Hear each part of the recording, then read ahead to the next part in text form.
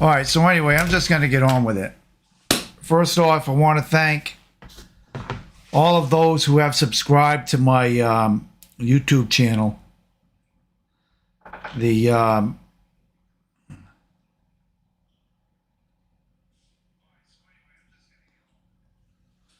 and I think I'm up to about, I'm getting close to 500 subscribers, which whenever you start a YouTube channel, it takes a long time to get your subscribers because you only have limited resources in order to feed that. So one of them, of course, is Facebook. Then you got your friends and all that. And slowly but surely, word spreads. And like I like to say, unless you're a 22-year-old female running around in a bikini, it takes a while to get the subscribership up, especially when you have kind of a narrow field like I do, which is basically centered around me and traveling in the RV along with other stuff relative to that. So, I bought e-bikes recently, and I consider that relative to the RV. And so that works out pretty good. I just want to check something here.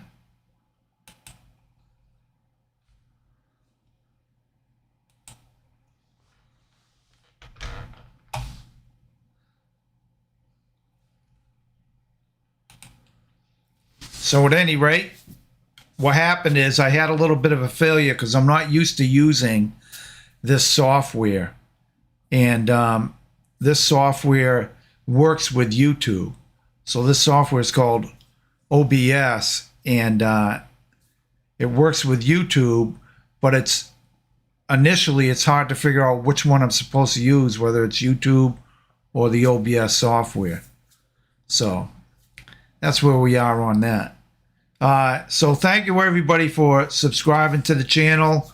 For those that have, I really and truly appreciate it. And I do want to say I'm going to be in Tampa. I'm going down there for the RV show, which is supposedly one of the largest in the nation. The two biggies on the East Coast or on the eastern side of the U.S. are supposedly Tampa and Hershey. And my understanding is that a lot of people consider the Tampa show as kind of the opener of the season, while considering the Hershey show, which is held in, I believe, September, that's kind of closing the season.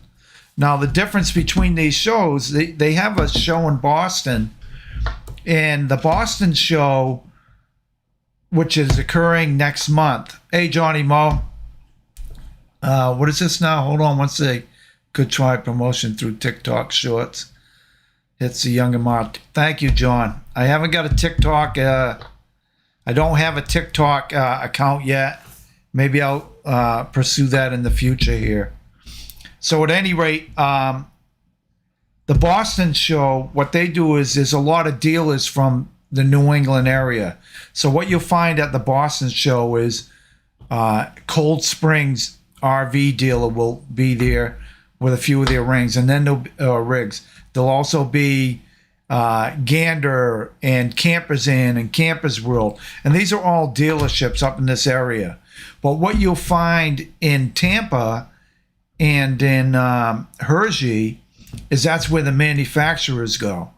So Integra, which manufactures Class A's, Class C's, will be at both of those shows, as will Thor and Jayco and Tiffin and all these other big RV manufacturers, along with some dealerships, usually some of the bigger ones like Campers World or General RV. So that's the difference with these bigger shows. And supposedly Tampa is one of the biggest ones. So I'm pretty excited to go down there, and hopefully I'll have a couple markings on to show my channel. And the bottom line is the markings that I'm talking about, I'm coming up with a new logo, and it's actually my daughter is doing it, and I want to show that to you right now. and that is this. So this logo is what my daughter's been working on, and it's not quite done yet, but this is the general premise of the new logo compared to the old one. And the old one was basically just my bar that I have in my house. We just did a fun logo for it. And this one here is more specific to my rig and going on these little adventures. So what I want to do is colorize it, and we'll do all that, and then go ahead and get some t-shirts made or something along those lines. So when I go to the Tampa show, I'm hoping to be sporting the new logo. That's the game plan. And my going to the Tampa show is really based on the weather, because I really can't leave here if I get a major snowstorm coming. So although I have flights made, reservations made and all that good stuff, I don't want to end up flying out of here and then a day later we get hit with a major nor'easter and we get buried, and my wife and whoever is here has to dig out. I think that's my responsibility, and I just can't leave that responsibility, unsupervised, so to speak. So we'll see what happens. Right now I'm scheduled to go down. I got a place to stay and all that good stuff, and I'm looking forward to it. And yeah, John, that logo, I think she did a really good job on. And by the way, excuse me, I'm going to change up my background. This is what I like doing. So we'll just get rid of that. That's my rig in the back. And right now she's put away up in storage up in New Hampshire. And I feel better for that, because like I said in one of my videos, that we have a lot of critters running around here. A lot of mice in the winter. You see them trying to find shelter and everything. And one of the best places they can find shelter is in a big box like that, and your engine. And we're finding bits and pieces of evidence in our engines here all the time, because once you come home for a little bit, they like that warm space. So, so I'm glad it's inside storage. Paid a little money for it, but that's all right. And by the way, on my channel, I never told you guys this. On my channel, oh boy, Mike Mitchell just signed on. My father's favorite firefighter. Anyway, on my channel, I put on music, and some of that is stock music from some of the software I've been using. And I tend to use for video editing software called PowerDirector. And my particular version is PowerDirector 365. And in that software, they do have some stock music and music clips. So I use a lot of that, but there's other stuff that's actually original music from my old band, Hoodoo Revelator. And if you look in the notes on any of the videos I've done, you'll see links, or at least notes on that, what album they're from and stuff like that. So the opening intro is from the album Do Me Right from Hoodoo Revelator, and we recorded a number of years ago, but music's still pretty good if you want to check it out. Hey guys, how's this sound? The volume good? You want to let me know on that, please?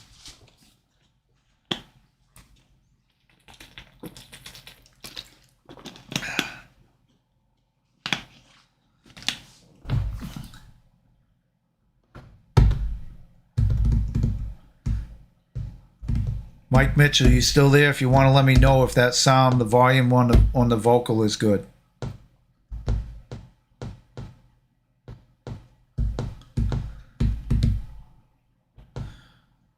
Or Johnny Moe. I'm assuming it's good because I can see a sound bar down here. So, at any rate, what happened is when I first signed on with the original broadcast of this night, something happened. I don't know. I hit the wrong button or something. You know, you sometimes get these little glitches. Okay, super. Thank you. And sometimes you get these little glitches, and all of a sudden I noticed that the video had just ended, and then I had to scurry in order to get it going again. Oh boy. To all the guys in the firehouse, Merry Christmas, guys. Stay safe. I just saw an interesting video today to the guys in the firehouse of an RV dealership up in Canada, a place called Fraser Way RV. 200 RVs burned. And you got to imagine a lot of fiberglass in there. All I was thinking was that thick black smoke. And one of the headlines said that there was toxic streaming smoke, black smoke for miles. So nasty, nasty, nasty. What we would have here in Gloucester that would be equitable to that is maybe a little a marina fire or something, which we've had in the past.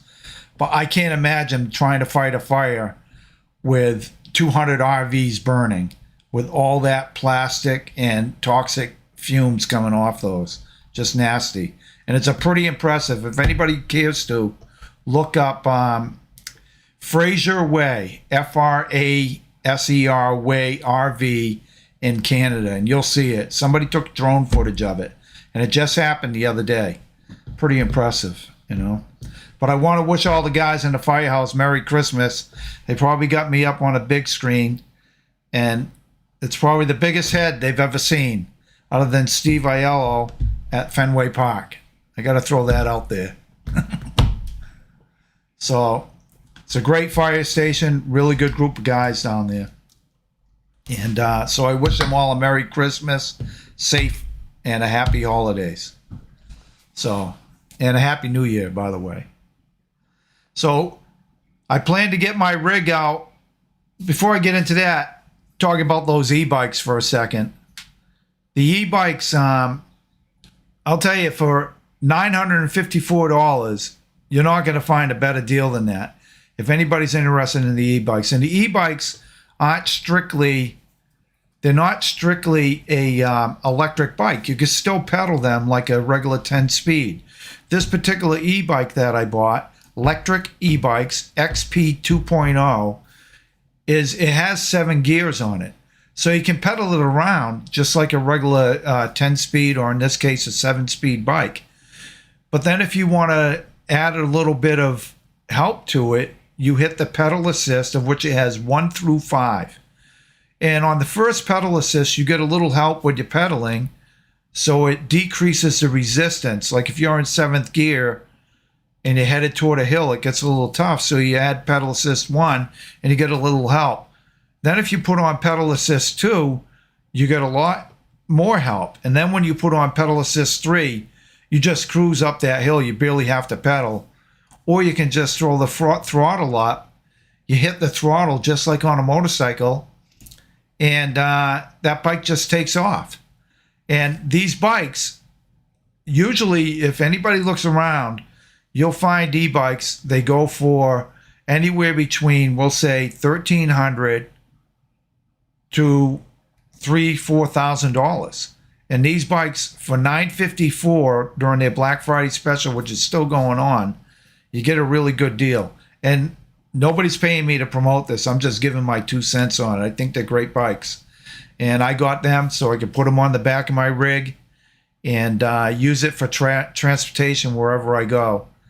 And some of the places I go, like when I went down to Nashville, it would have been nice to have them because there was a nice strip along there to ride around on and check out. And as it was, I used the shuttle to get into Nashville. And I'm just reading some of the text over here. So if anybody's interested in an e-bike, check out Electric E-Bikes. It's really a good company. I guess they just made Fortune 500. They got a mention from them. And they good quality. As a matter of fact, an interesting story. They make their own baskets to mount on the front and the back. So when you buy a basket from e-bikes, a cargo basket.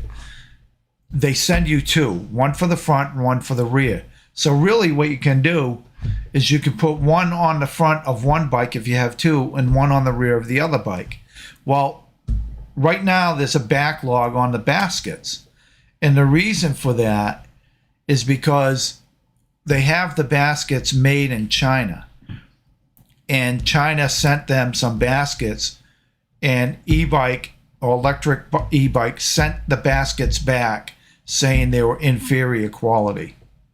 And they they got another vendor. So that's the type of quality they're looking at. And that's why they made that Fortune 500, because not only are they selling a good product at a good price, but the quality is really exceptional for the price. And there's no middleman. So it's not like you go to a bike store, a bike retailer, and buy it from there. You buy directly from the factory. It's shipped right to your door, and you're good to go. And if you have any problems, their support hotline is awesome. I had a little problem with my display on one of the bikes. When they tightened it down with the screws, it went right through. So it wasn't really on there well. And they just sent me a whole new display with two new screws. I thought they went way above and beyond what they really needed to do. So my little plug for electric e-bikes. So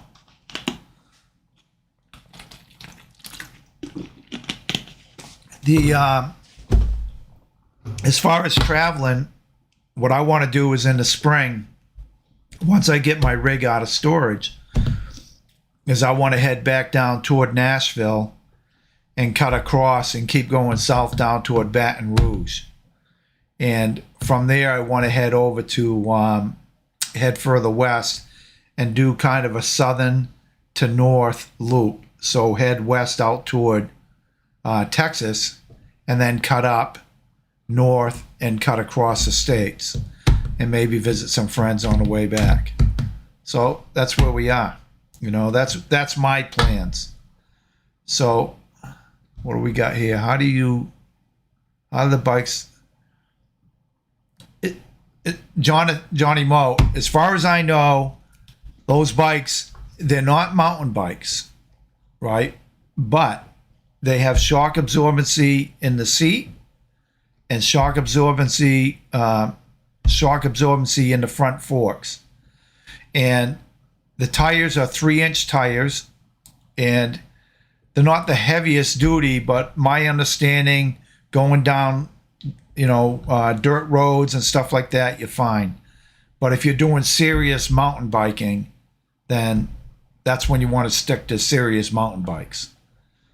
That's what they're made for. These bikes are heavier. A good mountain bike weighs only a few pounds, whereas these bikes go for around 60 pounds.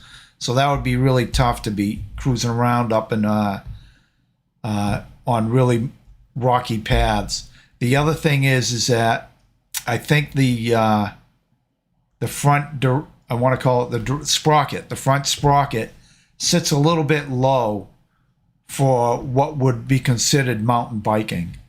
You want a little bit more clearance for some of these areas for that sprocket, along with your derailleur in the rear and stuff.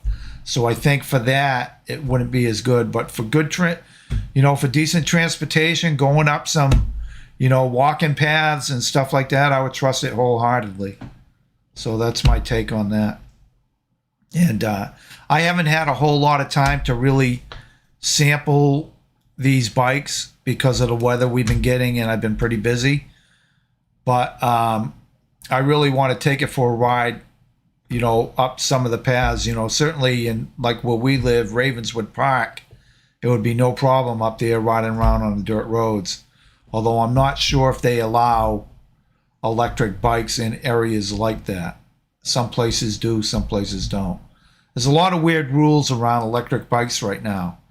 And I will tell you this, my electric bike is set right now to go 20 miles per hour, but I can override that setting by going into the display and choosing a couple things in there, and I can put it up to 28 miles per hour as a limit.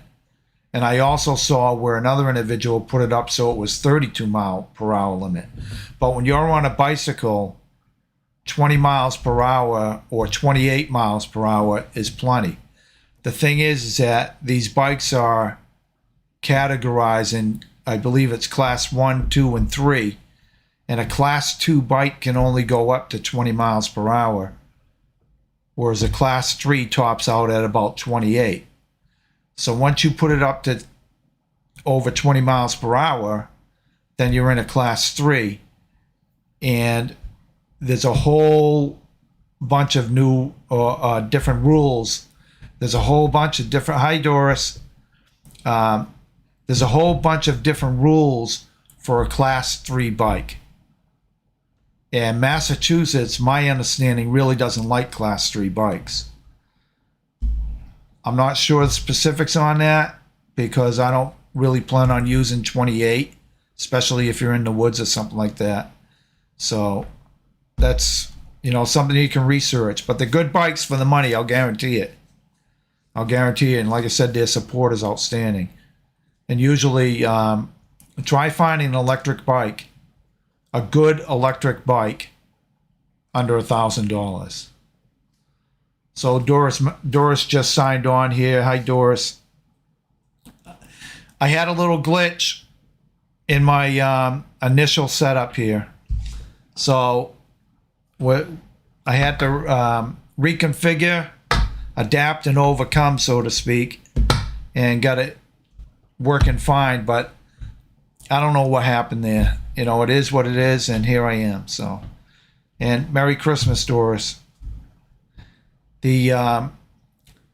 So I don't have too much to say, other than that, if anybody wants me to, if somebody were interested in doing or having some research done when I'm at the Tampa show, I'd be glad to do it for them if they want a specific, the specific or the lowdown on a specific RV, because there's some really cool RVs out there right now. They're trying to, there's a lot of changes coming up, and with all this EV, electric vehicle, the push on that, it's going to get rather interesting. And the other interesting aspect is the lithium batteries and the demand there. And what's happening is that I'm finding is that a lot of RV owners want to use lithium batteries because they can be discharged at such a low amount. And the bottom line is a lead acid battery can only be discharged down to about 50% before you start doing harm. Whereas a lithium battery, you can almost take that down to zero. Probably a safe spot is 10%, but you can only take that down to you can almost take it down to zero, and it charges better and it holds up better in weather. So the lithium push is on. The problem is on my battery bay, it's not that big. It's set up for 2 lead acid batteries, and lithium batteries by their very nature are a bit bigger. But now they're coming out with these batteries that are 200 amp, and everything in an RV, when it comes to amperage, that's what matters. So these 200 amp lithium batteries are like the size of 2 lead acid batteries. And 2 lead acid batteries will give you 200 amps, but you can only use it down to 50% or 100 amps. Whereas with the lithium 200 amp, a 12 volt 200 amp lithium battery, you can use 180 amps of that. Take it down to about 10%. Hello, Possum Adventures. I'd be interested in the show price of a 26M. I will put that down.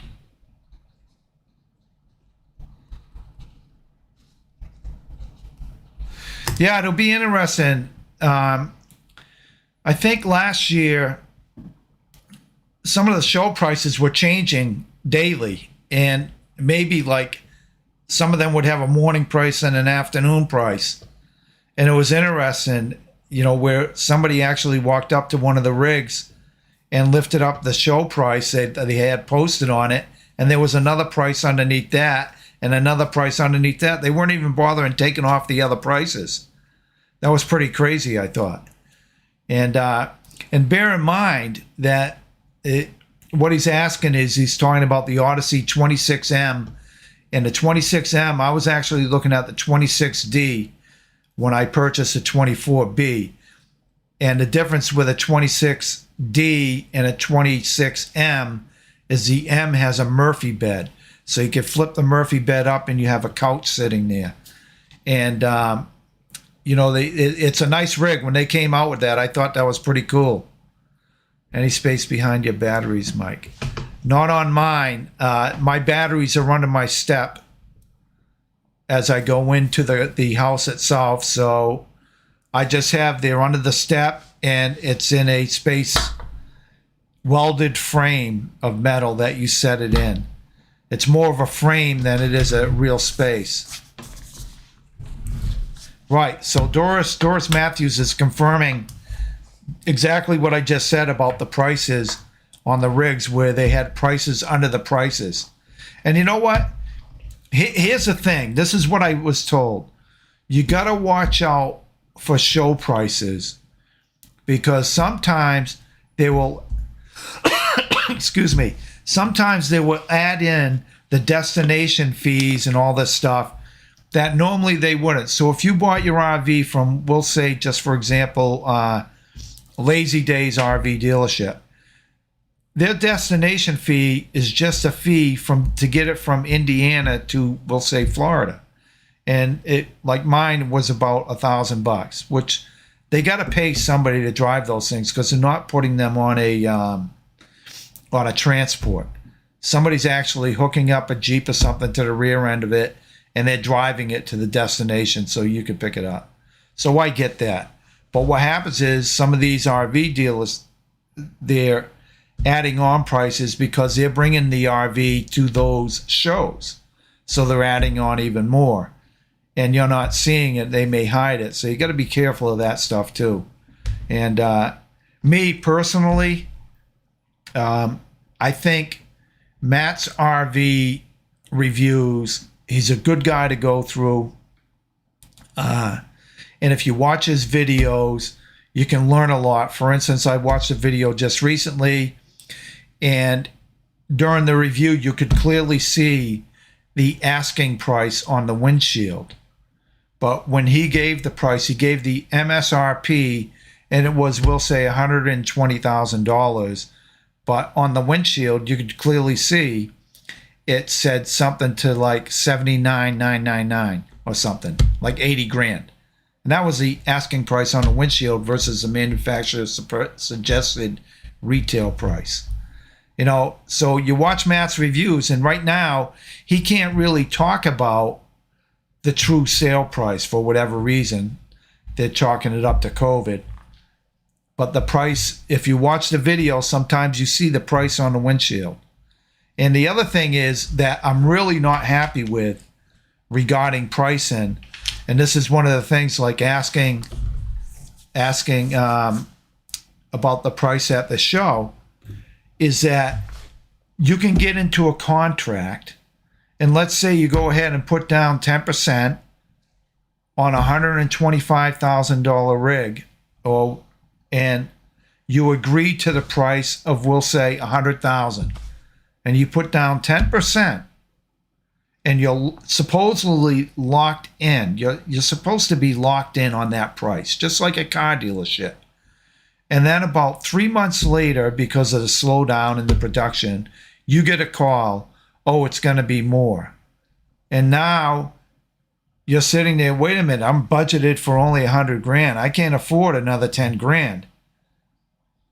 And they balk at that idea that now you're going to bail, but you want your deposit back. But the only ones that are breaking the contract are the dealers. Your contract states $100,000. You put down the 10% for it, and you're just waiting for it to be delivered. And the lines, some of the people have said that the lines they've been given are things like, well, if you don't want it, we'll sell it. Well, I don't want it. Well, you're not going to get your deposit back. And that's not right at all. To me, that is not right at all. The dealers are saying out of one side of the mouth they could sell it, but then they're telling you that they want you to buy it. and they don't want you to skip out on the contract, which, as far as I'm concerned, that's a clear violation of a contract. It's an agreement. But one of the big things is that RVs, for whatever reason, are not as, what's the word I'm looking for? Regulated. They're not as regulated as cars and things of that, or houses.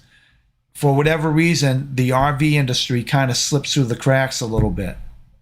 You know, they slip through the cracks. And everybody knows that when you buy an RV, you're answering to two masters. And one is the RV company, and I'll say, for example, Integra or Jayco. And the other side is the auto dealer, the auto manufacturer, such as on mine, Ford. If you go to any dealership, Ford doesn't work on RVs. So you got to find a kind of a mom and pop place that works on trucks, but also, if you have a Ford warranty issue, will work on the Ford warranty or under the Ford warranty as well. So Matt is working with too many different dealers to discuss a lowball price. Yeah, probably. Actually, Matt is working with one major umbrella dealership right now, and they have a whole bunch of dealerships under them. So, and yes, Johnny Moe, that is bad customer service, but that's something they're trying to fix. And I've got a Great Dane, or I'd be going small. I don't think the sofa. This is Possum Adventures. I've got a Great Dane, a small. I don't think the sofa on the 26M looks very comfortable, to be honest. You know, the dinette in my 24B, it's not super comfortable, but it's comfortable enough. I think, you know, they have different grades of foam that they use in these cushions. And if one is the worst and grade 4 is a lot better, they're probably using number 1, because they can be a little bit uncomfortable after sitting on them for a while. Just like some of the beds in these rigs. A lot of people go ahead and upgrade their beds, and I just saw somebody today that upgraded their 24B bed, and it looks nice. And I think they got it from Mattress Insider, and they paid good money for it, though, that mattress. But then again, a home mattress costs, you know, if you're getting a decent home mattress, it's going to cost you some coin too. So Johnny Moe is asking me if I bring any watercraft. No, not right now, because a lot of places, like there's a place up in Maine that I went up to,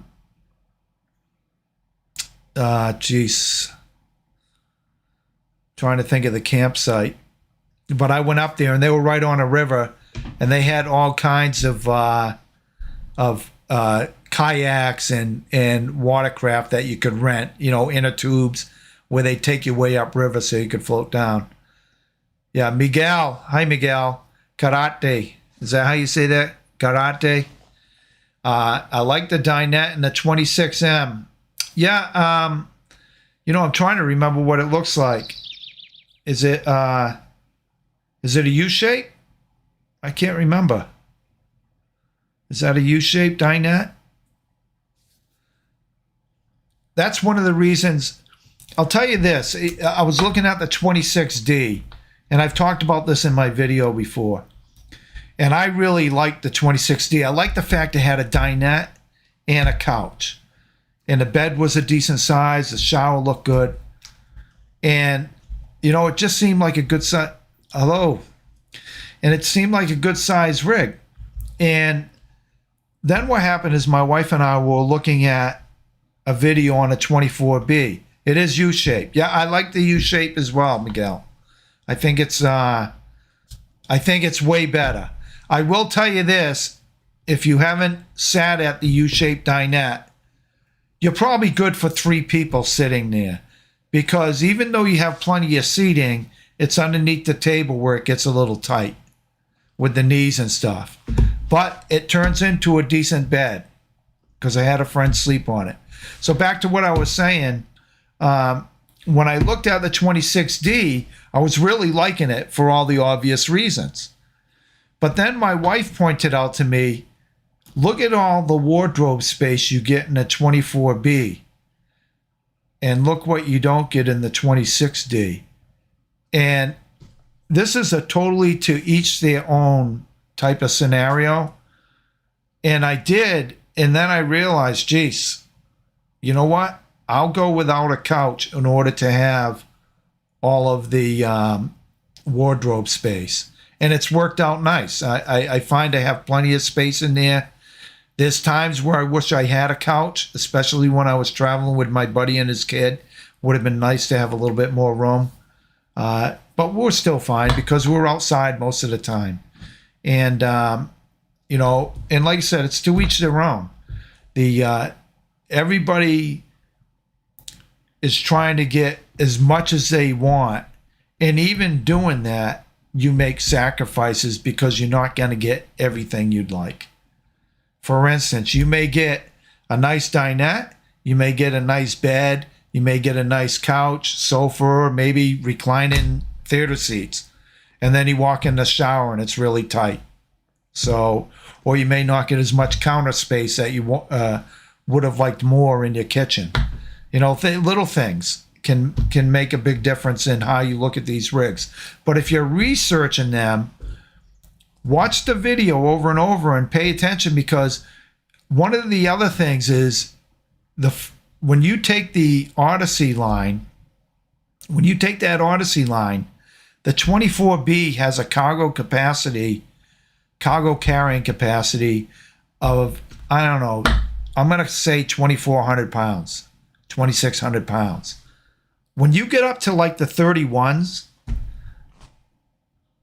you're talking like 900 pounds, 800 pounds. And bear in mind, part of that cargo carrying capacity is your water, fresh water tank, along with your black tank, things of this nature. That all affects it, along with the two people sitting up front. There's 400 pounds right there just off the bat. And if you have a 42-gallon, I can't remember the exact figure, 42-gallon fresh water tank, and you fill it up, 8 times 4, that's 320 pounds right there. So just between having fresh water on board and having 2 passengers, you're talking 800 pounds, 700 pounds right there. You know, so you can eat up that weight really quickly. And that's another thing you have to pay attention to. And, you know, so watch out for that. And it's all because they're basically built on the same chassis. But they get the boxes get bigger, and as the boxes get bigger, you end up having less carrying or cargo carrying capacity. So that's it for that. But you know, so I look forward to going down to that Tampa show. And like I said, if anybody needs any information and seeing, what I'm looking for personally in a big way is Wi-Fi. Because I don't have Wi-Fi on mine. Some of the newer, the 2022s are all building WineGuard Wi-Fi into them. But I want to research it really well because I don't want to be beholden to having to get another subscription. My wife just said she doesn't have a 200-pound wife. Oh, I don't. No, I don't. My wife weighs way less than that. But when I had a certain friend up front, he was over 200 pounds. So, but I just use 200 as a roundup figure, you know, for 2 men sitting up front. My wife is way below that. So what I want to do is research, when I'm down there, I want to go to the different vendors and research the Wi-Fi situation along with the battery situation. And I just saw a column recently that they're talking with the supply and demand of lithium batteries. Well, we know what happens then. The price goes up. And they're talking that it's going to crunch the supply. So you're going to end up paying more for lithium batteries. And they're already pretty high. A Battleborn lithium battery, 100 amp, will cost you approximately $899. And 100 amps isn't going to get you very far. What does this say? The CCC in the Winnebago View 24D is around 980 pounds. No, but what is on the Winnebago View, Doris? What is the chassis? What is the front end? I can't remember. I want to say it's a Mercedes, but I could be wrong on that. And Johnny Moe was asking, I was just going to ask you how you keep connected on your trips. Right now, what I do on my trips is I use my phone as a hotspot. And I was actually in the Ford chassis, it has something called the Ford Pass. And the Ford Pass it has Wi-Fi built in. And it doesn't cost you any money, but it tags onto your mobile account or your cell phone, like mine's AT&T.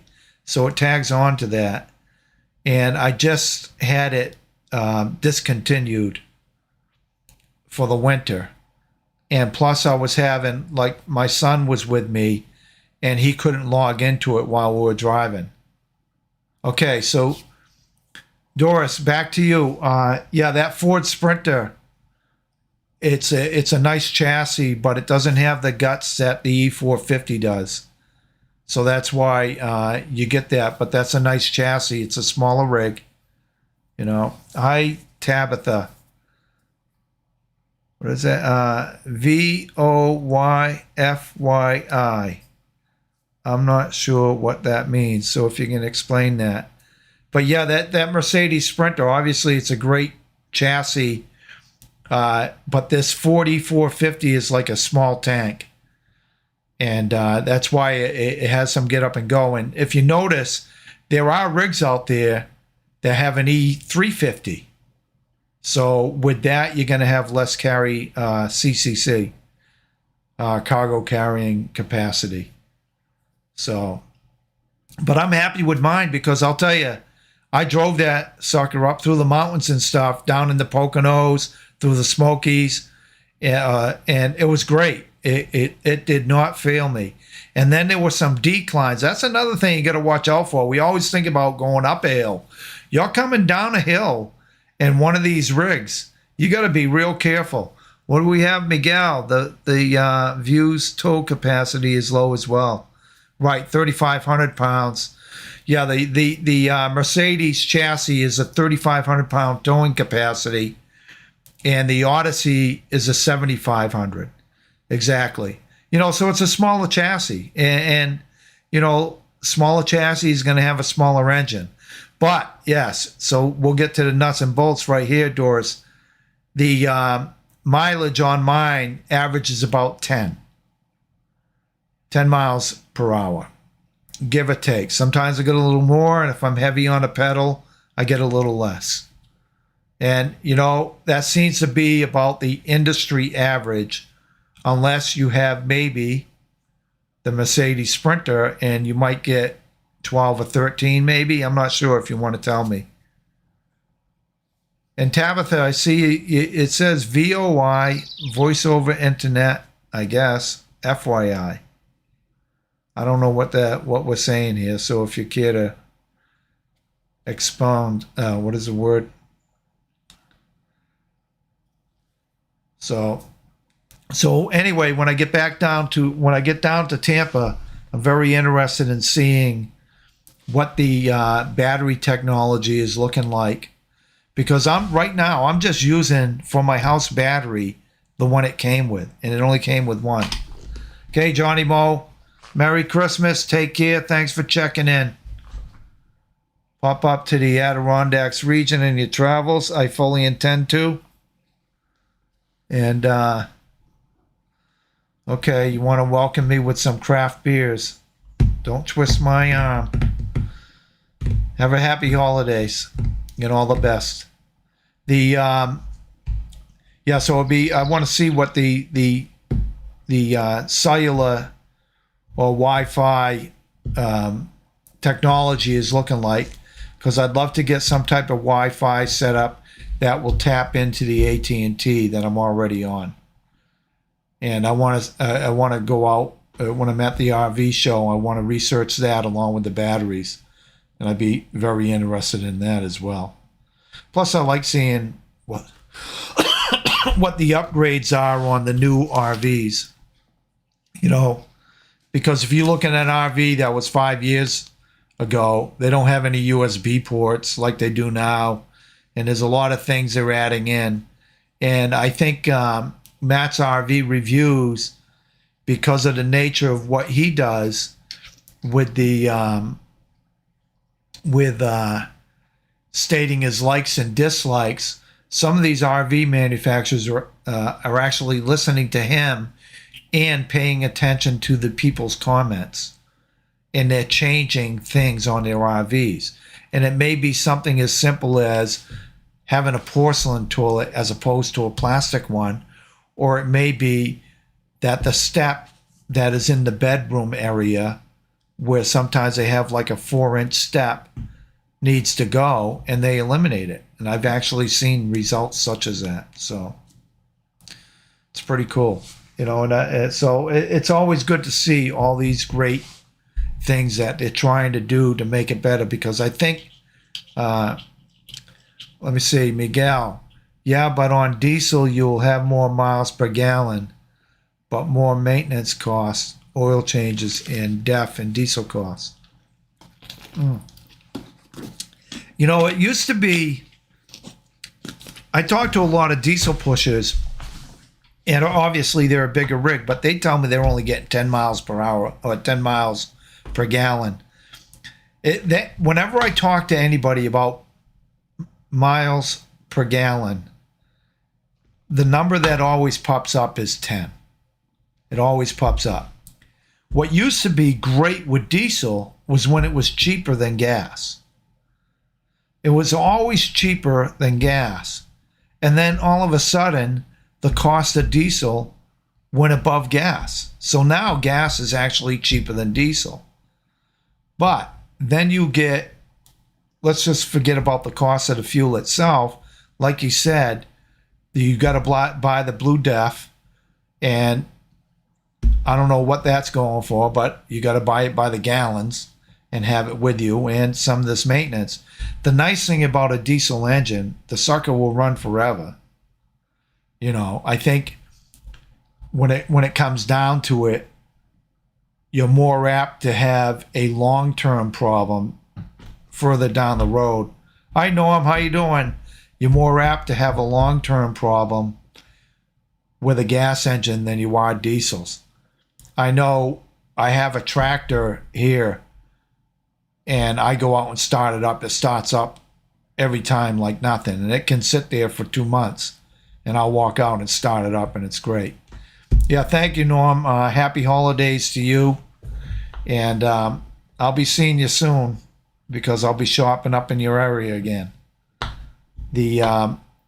So, you know, I would personally, I'd love to have diesel. I just like the way they are, but you know, it is what it is. A lot of these Class C's are gas engines, so, and we're all stuck with that 10 miles per gallon, and that's just the way it is.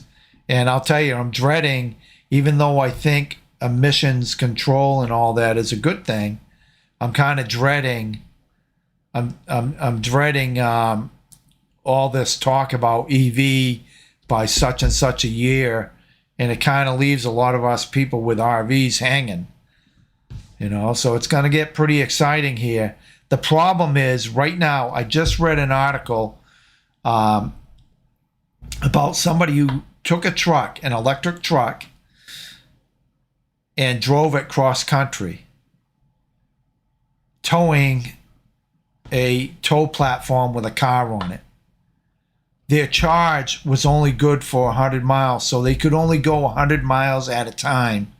And then they would charge their vehicle, and it would take however long it took to fully charge. And we'll say it was 4 to 6 hours, just for a ballpark figure. So they were going 100 miles and then 4 to 6 hours of charging. 100 miles, 4 to 6 hours of charging.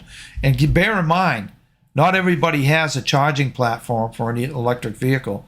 So here we are, we're talking about going on this big change, but the country's not ready for it. Most homes are not ready for it. Most homes, in order to have a charging station, I believe it has to be 240, and most homes aren't ready for it. So it's going to be interesting to see how we get through all this and what it's going to be like in, I don't know, 10 years, 15 years, maybe 5 years. Miguel, have you checked out To Go RV for Wi-Fi? I have not. I'm going to put a note on that. To Go RV. I'll check that out. I'll research that a little bit. Because that is always, I think, Wi-Fi, it's one of those things that,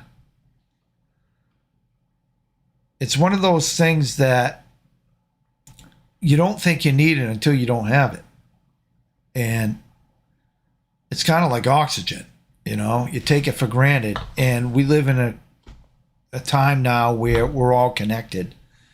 And it's kind of tough when you get to a campground and the campground says Wi-Fi, free Wi-Fi or whatever.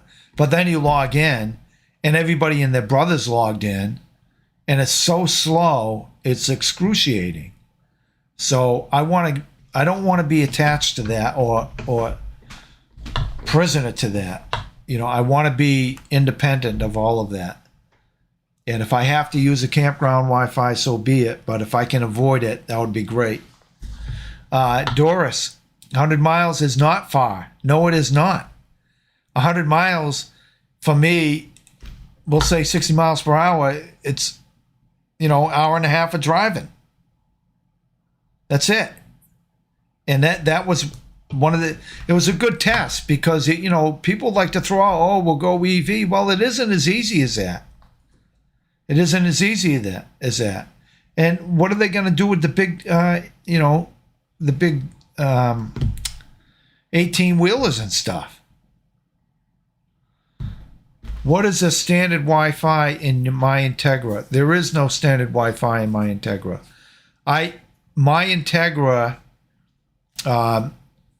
is a 2021, and it came off the line around March or February of 2021. One of the things they did is I think they pre-wired it for Wi-Fi, but I do not have a Wi-Fi antenna. All I have up there is a TV antenna. They call it a bat, and it looks like a bat wing, and that's what I have up there.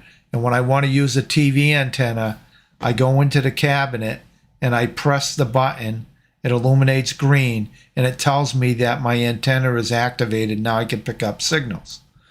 On that same panel, there's a button for Wi-Fi.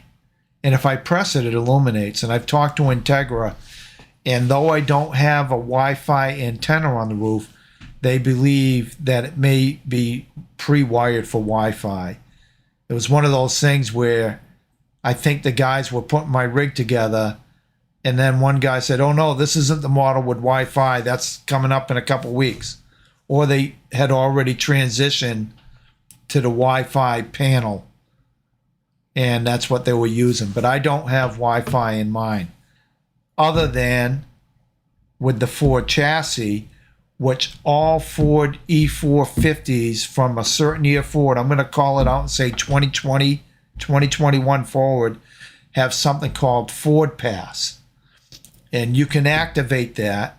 It's a bit of a pain in the tail because the radio has been changed out and this and that.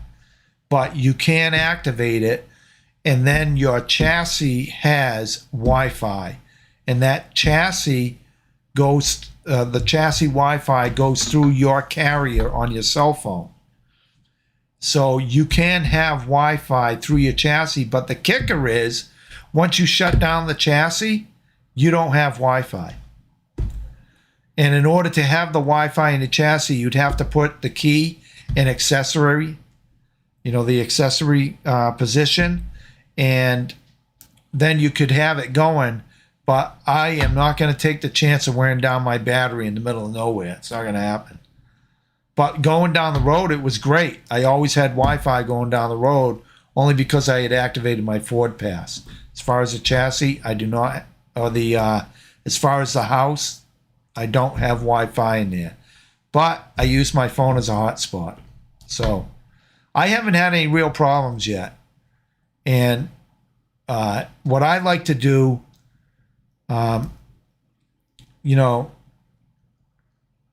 if I'm going to use Wi-Fi, the big deal for it is, one, to upload these videos when I'm on the road. But two is when I'm inside and I just want to watch TV or something, I have Apple TV, which is a streaming service, kind of like Roku or Fire Stick, one of them. But Apple, I have in my house. So when I take an Apple on the road with me, then I have everything that I have in my house. So I like to use that. The downside is you need Wi-Fi to use it. So I've been running it through the hotspot. But I'm going to work on that. That's going to be something I have to do. Let me see. Great idea. Streaming interaction with your people is like hanging out with each other. That's right, Norm. Great Santa hat. Thank you. And I have to run to store for wife. Nice meeting you. Okay, Miguel. All the best. Feliz Navidad. Merry Christmas. Hope to see you in Tampa RV show. Yes, you should see me there, weather permitting. I don't want to leave this area here if we're getting ready to get whacked with a bunch of nor'easters or something. So, but I feel confident I'll be there. I'm liking the temp. I looked at the temperature today in Tampa. It was 80 degrees. Here it was in the 40s. So I'll take 80 any day. So I don't know what else to talk about. Just hanging out here. And it's a great test. What I love about this is I can change my background. Check this out, just for kidding around. And those who don't know, this is my new logo.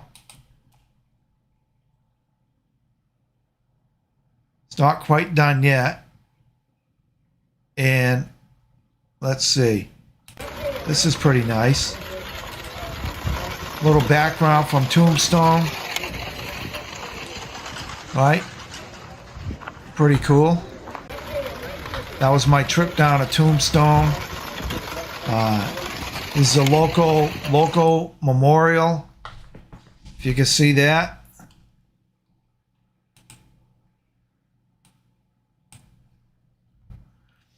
That's the Fisherman's Memorial here in Gloucester. Here's a good one. The Grand Canyon. I got to tell you, for those that are RVing, if you can get out to the Grand Canyon, go. That is just a mind blower. I mean, everybody I talked to who it was their first time there were emotionally moved by this great natural creation. It was something else. It really is. It's something else. And if you ever get a chance to get out there, definitely do it.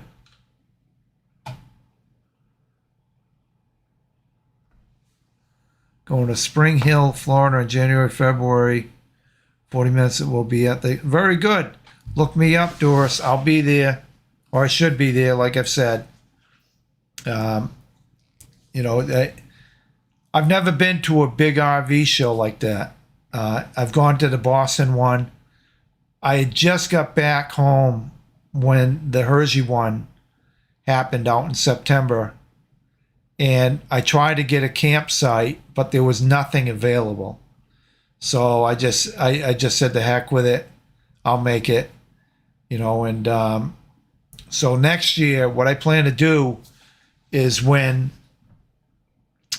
January rolls around, I'm going to give a call out to a campground in Hershey, see if I can make a reservation. I guess you got to make sure you get in early or else you're not going to get in. That is such a popular show. And the nice thing with Tampa is I have a place to stay. I got friends down there. So I don't need to go down there in my RV. I'm going to fly down for that since it's only in January. So that's the Grand Canyon. If you get a chance to get out there, definitely get out there. And then, hey, we also got this. This is New England Ocean Action. And this is from this is footage from a storm that we had in about, I don't know, 5 weeks ago, 6 weeks ago. Big nor'easter came rolling through here. And these waves aren't the worst. I thought it was going to be a bigger storm surge, but wasn't bad. I mean, it wasn't, as you can see, it was pretty good, but this wasn't the worst by far. By far. Perfect storm. What, all those rocks were covered.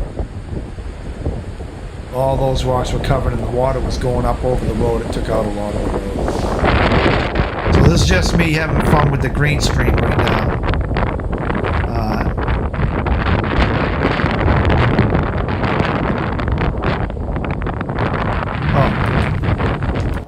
And then, of course, there's a nice beach right here in Gloucester called Good Harbor Beach. Yeah. If you ever get a chance to come up to that. Yeah. It's one of the prettiest beaches on the North Shore. Yeah. And it's a big summer hot spot. What you can't see is right in back of me, you have a couple of twin lights. Let me see. Yeah, twin lights over there. So, but yeah, this is where we walk our dogs during the winter. So, but anywho, I think I'm going to wrap up this live stream. I appreciate you guys all coming. If anybody has any quick questions, I'll answer them. Otherwise, I think it's time for me to wrap it up tonight. I don't want to make it too long. And I'll do this again. Like I said, this was my first time, and it was a bit of a learning curve. And, you know, I think there's a whole stigma that older guys aren't supposed to be doing technological stuff. Like you can't teach an old dog new tricks, but I'm constantly trying to learn this stuff. And this has been interesting, you know, setting it up with a green screen, making it work. And the only thing I fumbled was I scheduled the live stream, and when I went to go live, I didn't think I was live, so that's what happened. Anywho, listen everybody, Doris, Merry Christmas. I'm gonna sign off too. To everybody, Merry Christmas, Happy New Year. I'll be doing a video here soon. I'm gonna do one on maybe the holidays around town, and I'm also going to do like a year review. So all the best to all, and take care everybody. Bye bye.